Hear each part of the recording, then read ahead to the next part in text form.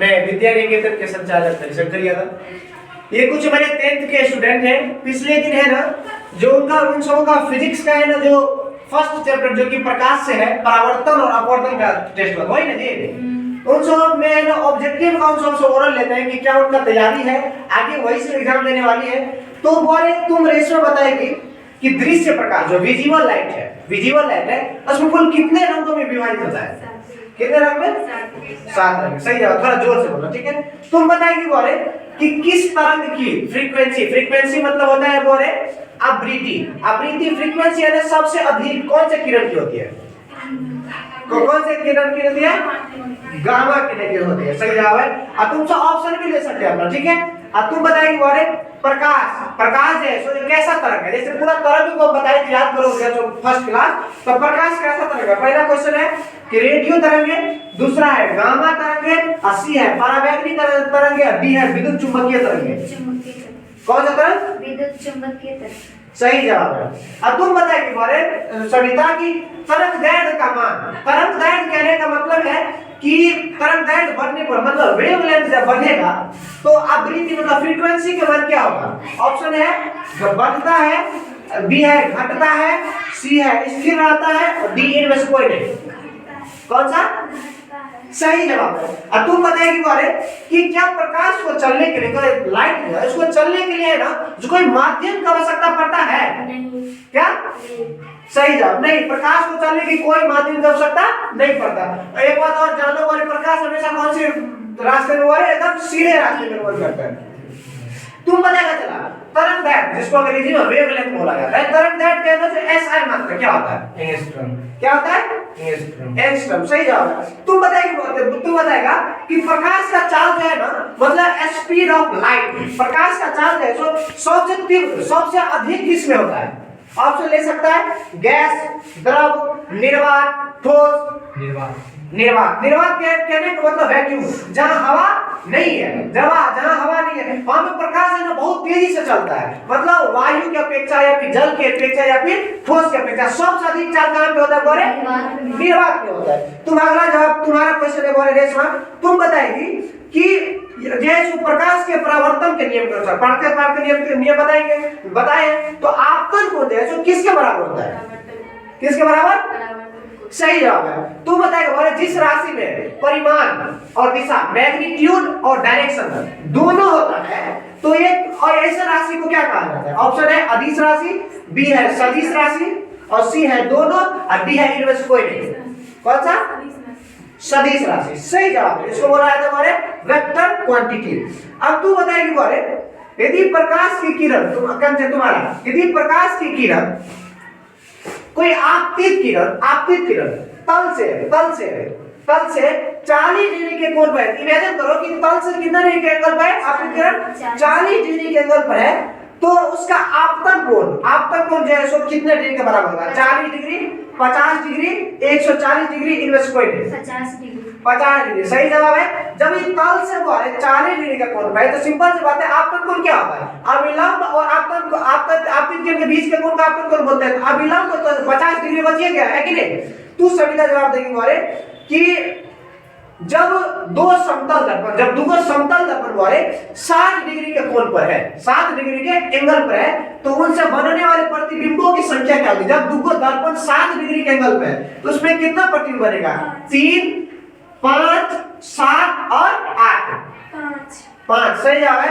बताए थे तो क्या होता है बोले थीटा बटा 360 होता है। तो 60 बटा 360 बटा थीटा होता है तो यहाँ पे कितना आ जाता है? 6। याद करो कि जब इवन जैसे संख्या आता था मतलब सम संख्या आता था तो -1 करते थे कि नहीं? तो ये इमेज जैसे हमारा इमेज का संख्या आता था नंबर ऑफ इमेज आ जाता था। तुम बताएगी बोले नंदिनी कि सूर्य के प्रकाश जो है ना जो पृथ्वी तक आने में कितना लगभग जैसा समय लगता है? 8 मिनट 16 सेकंड। ये एक्यूरेट है, यहाँ पे लगभग बोले थे। चलो 8 मिनट। सही जवाब है। अभी बताओ ध्वनि मतलब होता है साउंड का जो है ना बोले जो चाल स्पीड जो है बोले स्पीड ऑफ साउंड सबसे अधिक गति में होता है ठोस में याद कर लो कि ठोस में सबसे अधिक किसका होता है? ध्वनि का था ठोस में अधिक, और प्रकाश का था सबसे अधिक निर्वात में। इन्हें पूरा दिमाग में सेट करो, कभी भी कोई भी सवाल आ सकता है, इस तरीके से तैयार हो। तू बताएगी बारे कि पेरिस्कोप जैसे पेरिस्कोप होता है बारे पनडुब्बी शब्द होता है, इसमें है ना जो कौन सा दर्पण जो है सो लगाया जाता है पेरिस्कोप में? सही जवाब है। तू बताएगा बारे हल्का क्वेश्चन आप शायद जैसे गोलीय दर्पण कितना प्रकार का होता है? दो कौन बता सकता है? जी सर, अवतल दर्पण उत्तल दर्पण हमको उनसे पूछना था, भूल गए थे। तू बताएगी बारे कि ऐसा गोलीय दर्पण जिसका परावर्तक पृष्ठ है जो केंद्र की ओर वक्रित होता है, कौन सा दर्पण होता है? अवतल दर्पण, सही जवाब है। अभी बताओ गोलीय दर्पण के परावर्तक पृष्ठ, गोलीय दर्पण के परावर्तक पृष्ठ के मध्य बिंदु को क्या कहा जाता है? ध्रुव। बोल, इसी को बोला जाता है। बोल, अब तू बताएगी बारे कि जैसे जो अवतल दर्पण का दूसरा नाम क्या है? अवतल दर्पण का दूसरा नाम जैसे अपसारी हो गया, अभिसारी दर्पण, दोनों ही में से कोई नहीं। अभिसारी, सही जवाब है। तू बताएगी गाड़ी के हेडलाइट में, बताओ जल्दी जल्दी सवाल का है। गाड़ी के हेडलाइट में जो कौन सा दर्पण उपयोग होता है? हेडलाइट, ना कि साइड मिरर। इसमें देखो अब ये करवाना सकता है हेडलाइट, मतलब जिसमें बॉल करते रहता है ना, इसमें हेडलाइट में कौन सा दर्पण लगा रहता है? कौन सा दर्पण? सही जवाब है। तू बताएगी बोले कि ये बताओ कि प्रतिबिंब की ऊंचाई मतलब हाइट ऑफ इमेज और वस्तु की ऊंचाई मतलब हाइट ऑफ ऑब्जेक्ट के अनुपात को, मतलब प्रतिबिंब की ऊंचाई बट्टन वस्तु की ऊंचाई को क्या कहा जाता है? एस्नेल के नियम या आवर्धन या दोनों या इनमें से कोई नहीं? आवर्धन बोला, मैग्निफिकेशन बोला था बोले, मैग्निफिकेशन।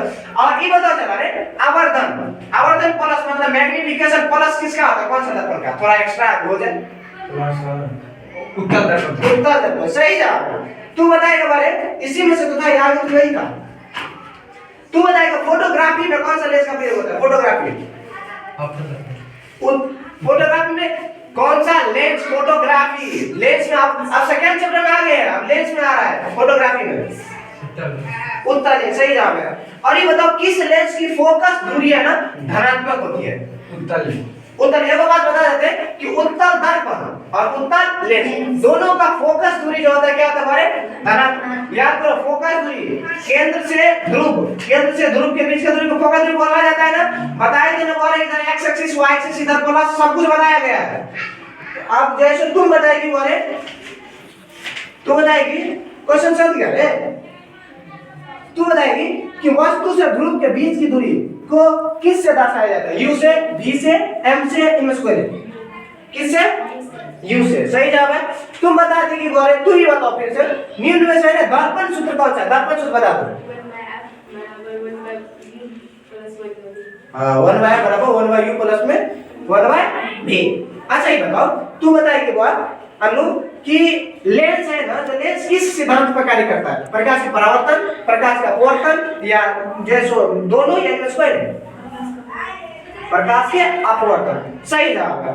अब जैसो तुम बताएगी कंचन कि आगे कहां है क्वेश्चन?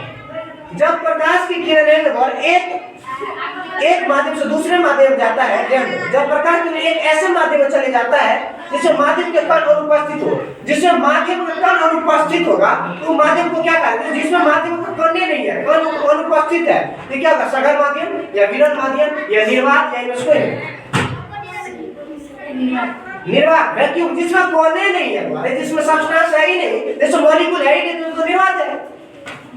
तो बताइए वाले जब कोई प्रकाश की किरण विरल माध्यम से सघन, विरल से कम जिसमें कण की मात्रा होती है उससे सघन माध्यम में जाता है तो क्या होता है? अविलंब से दूर हटता है या अविलंब की ओर झुकता है या स्थिर रहता है? इनमें से कोई नहीं? अविलंब के, सही जवाब है। अब ये बताओ आपतन कोण किसके बराबर होता है? परावर्तक कोण, सही जवाब। ये बताओ हमारे निम्न में से कौन सा कथन सत्य है? तुमको ऑप्शन देते हैं, ठीक है?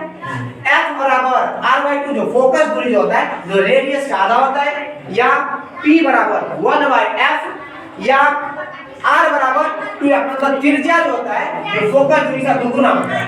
अब D है तुम्हारा ऑप्शन, इनमें से सभी सही जवाब है। F बराबर r/2 बोलो या जैसे क्या बोलो कि R बराबर 2f बोलो। ये सब हमारे 10th के स्टूडेंट थे, और बहुत सारा क्वेश्चन है, बहुत वीडियो लंबा हो जाएगा। यदि आप भी चाहते हैं कि आपके स्टूडेंट बहुत अच्छा मार्क करे अगले एग्जाम में, अगले 10th के एग्जाम में, तो निश्चित आप विद्या निकेतन से जुड़िए और बच्चे को भेजिए। नमस्कार, धन्यवाद।